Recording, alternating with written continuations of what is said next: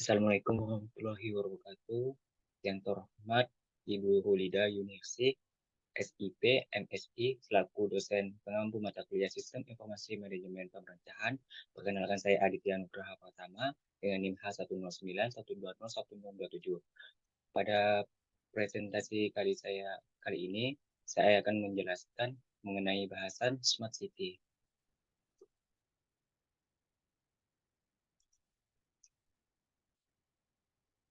Adapun pokok bahasan pada presentasi kali ini mengikuti pengantar, pengertian Smart City, dan analisis Smart City.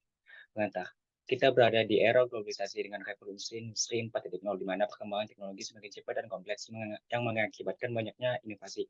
Inovasi diperlukan untuk mengatasi berbagai permasalahan. Selain itu, implementasi kebijakan juga berguna untuk mengetahui keberhasilan pencapaian tujuan. Salah satu kebijakan yang dapat diterapkan yaitu dengan menerapkan Smart City. Adapun menurut Hasibuan dan Sulaiman, Smart City merupakan sebuah kota pintar atau cerdas yang dapat memberikan kualitas atau mutu hidup yang baik dan terjamin serta dapat memberikan kedamaian terhadap masyarakatnya. Sedangkan menurut Cohen pada tahun 2014, Smart City adalah kota yang berbasis ICT secara pintar dan efisien dalam mengelola sumber daya yang mendukung inovasi dan ekonomi yang ramah lingkungan. Smart City merupakan sebuah program yang bertujuan untuk melakukan peningkatan kinerja penyelenggaraan pemerintah daerah. Bagian terpenting dari Smart City yaitu adanya interaksi masyarakat terhadap pemerintah. Kota-kota yang memiliki banyak terobosan baru yang mengatasi berbagai masalah yang ada dan dapat meningkatkan kualitas kotanya disebut Smart City. Analisis pada kali ini terdiri dari 6 aspek. Yang pertama, efektif dan efisien, aman, terpadu, akuntabel, berkesinambungan, dan aspek interoperabilitas. Efektif dan efisien. Penerapan Smart City sebagai salah satu implementasi penerapan sistem informasi manajemen dalam pemerintahan dapat berjalan dengan normal. Efisiensi itu sendiri berhubungan dengan pengelolaan sumber daya yang optimal, sedangkan efektivitas itu berhubungan dengan infrastruktur yang tujuan untuk menggunakan teknologi dalam pembangunan yang akan dicapai. Efektivitas pada Smart City dapat dilihat dengan cara adanya peningkatan partisipasi masyarakat, peningkatan pelayanan publik, dan peningkatan infrastruktur yang semuanya didukung melalui layanan aspirasi dan pengaduan online rakyat. Dengan adanya layanan ini dapat meningkatkan partisipasi masyarakat, peningkatan pelayanan publik, dan infrastruktur melalui informasi dari masyarakat, baik itu keluhan maupun aspirasi. Selanjutnya, adapun efisiensi pada Smart City dapat dilihat pada penerapan Smart Lighting, pencahayaan pintar, pemantauan lalu lintas atau traffic monitoring, dan pengelolaan sampah. Nah, kedua, aspek aman. Pada Smart City merupakan sebuah konsep kota yang memiliki visi pembangunan perkotaan yang melakukan pengintegrasian sejumlah teknologi, informasi, dan komunikasi serta solusi Internet of Things dalam pengelolaan kota yang aman. Keamanan pada Smart City sangat penting dikarenakan data-data saling terintegrasi melalui berbagai perangkat. Nah, penerapan pada aspek aman ini pada Smart City itu adanya Smart City TTP yang digunakan untuk melakukan perhitungan pelanggaran ilegal yang terjadi, pengidentifikasian pelaku kriminal, serta mendeteksi plat kendaraan yang melanggar. Yang kedua, facial recognition. Nah, pada Smart City, terdapat teknologi yang mampu melakukan pengidentifikasian sehingga mampu melakukan pencocokan wajah orang dari tangkapan gambar digital. Nah, pada aspek aman, terdapat tantangan. Yang pertama, keamanan jaringan pada Smart City. Keamanan jaringan pada Smart City merupakan ancaman serius pada Smart City dikarenakan cakupan sistem yang sangat luas yaitu kota. Yang kedua, serangan cyber dapat menyerang data pribadi masyarakat.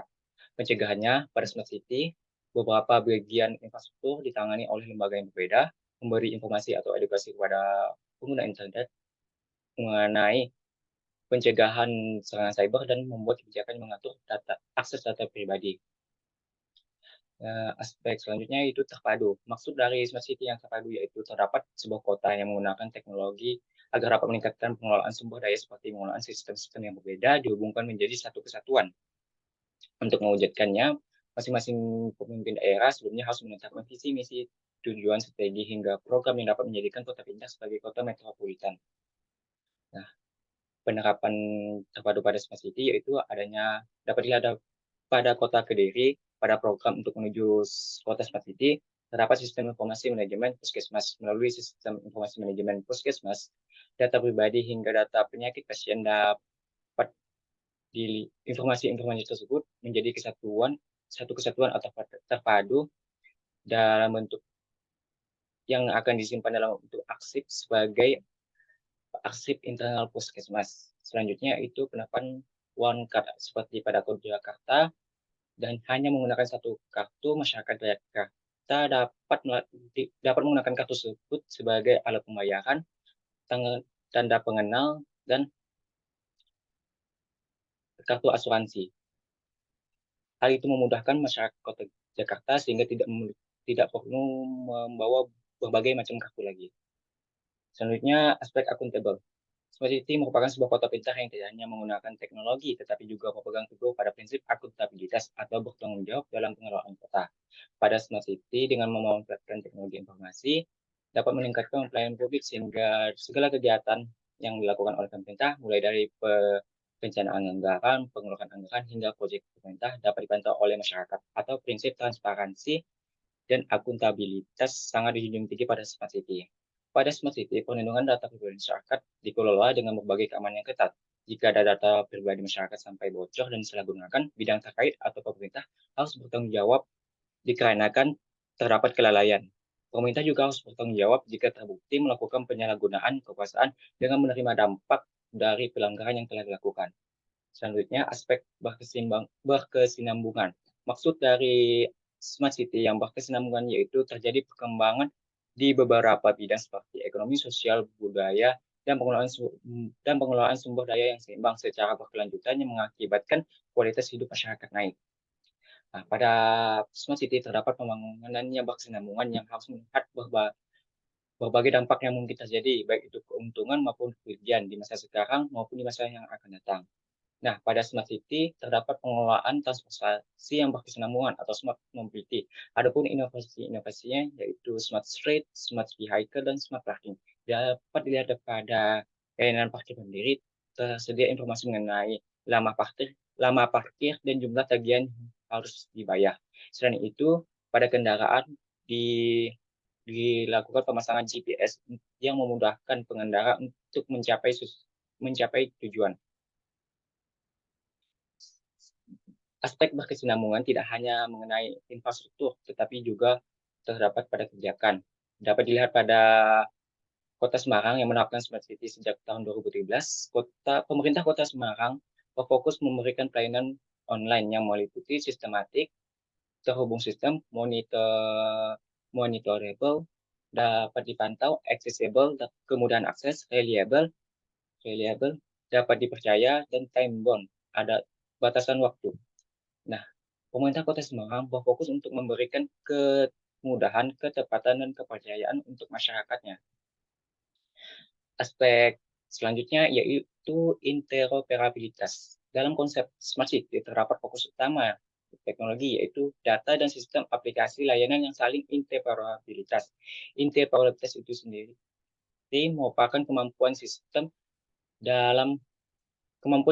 untuk saling berinteraksi dan berfungsi satu sama lain tanpa ada batasan akses dan implementasi. Interoperabilitas menghasilkan integrasi yang baik dan meningkatkan efisiensi karena memungkinkan untuk melakukan pertukaran informasi antar sistem yang terhubung.